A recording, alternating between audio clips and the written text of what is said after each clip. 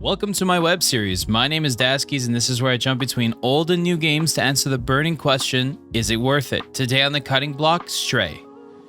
First off, I want to talk about how I do not like cats. I'm not a big cat person, nor have I ever been. Just a bad relationship with my cousin's cat. The thing attacked me when I was 9 years old, so we don't play nice. Ma, there's a weird fucking stray cat outside. It looks like grandma, the fucking thing.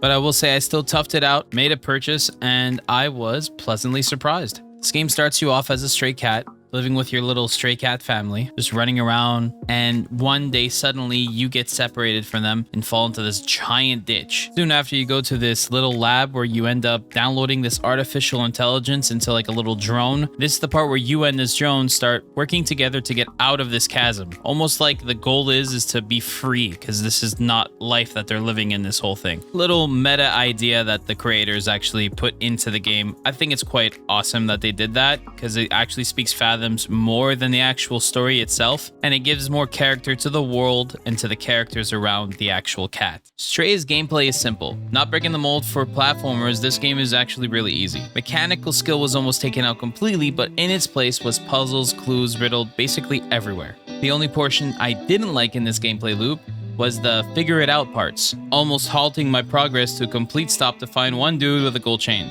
Though the gameplay is not the most intense thing, I do enjoy a few things. These Zerk chase scenes were fun and had a cinematic feel to it. This isn't like the Uncharted 3, you're hanging outside of a cargo ship trying to pull yourself up to the top feel, but it still was good nonetheless. Like, I still had a really good time doing it. I believe the hook of this game isn't in the gameplay and it's not in the story as much as it is for the characters and the world building that they put behind this. For example, they chose a very cute cat to put as the face of the game, but if they would have chose like a gopher or something different than a cat, I don't think it would have sold as many copies as it did. Now, don't get me wrong, for the cat and its animations, this studio has done a great job at animating the quadruped, and I went to school for this, so like, I'll tell you that it was A1 phenomenal the way they worked on that. It looks and feels like a real cat.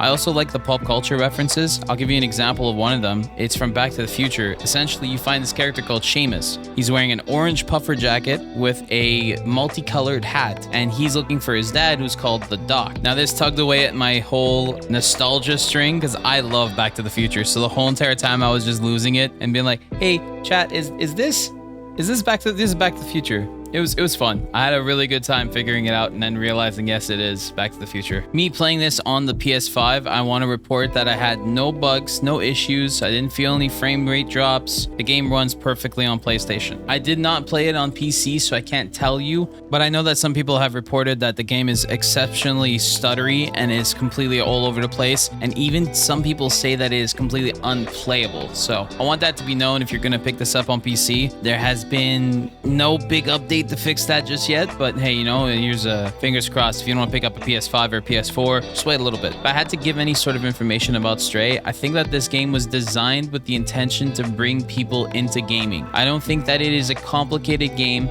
and it's not meant to be. I think that people are supposed to be like cat lovers and then hop into this with the expectations to play as a cute little cat running around, hopping over stuff and meowing at people. In the same way Kirby is baby's first video game, this is adult's first video game if you're a cat lover. And to be honest, any game that's gonna bring more people to the world of video games is fine by me. And if somebody gets to experience this whole little world and get to see like, hey, maybe I should like check out some other stuff that I may like, that's just a plus as well. So as long as video game companies are gonna do this, that's fine. But I just don't want them to start like flooding us with dogs and cat games because they're trying to get these people that are fans of dogs and cats to come play. Anyways, there's no way of giving a real review on whether it's worth it without speaking of prices. The game right now is retailing for $36.99 on Steam and $39.99 on the PlayStation Network.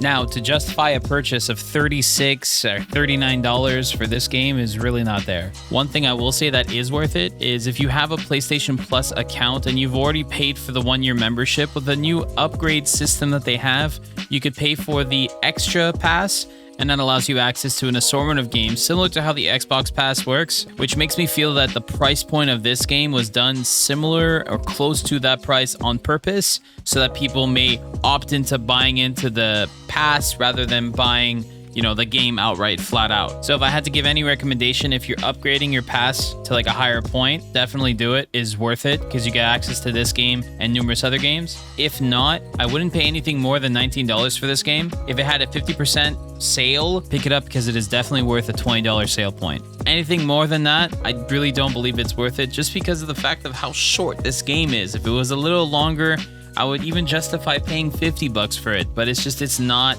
long enough. Anyways, this is yet another episode of Is It Worth It? And my name is Daskys, and I hope you enjoyed it. And for the most part, if you want to be a part of the recording process, click my Twitch link below. It was a pleasure. All the best. Never change. Watch out for strangers. Look both ways are crossing a street. And yeah, I love you. You beautiful bastard.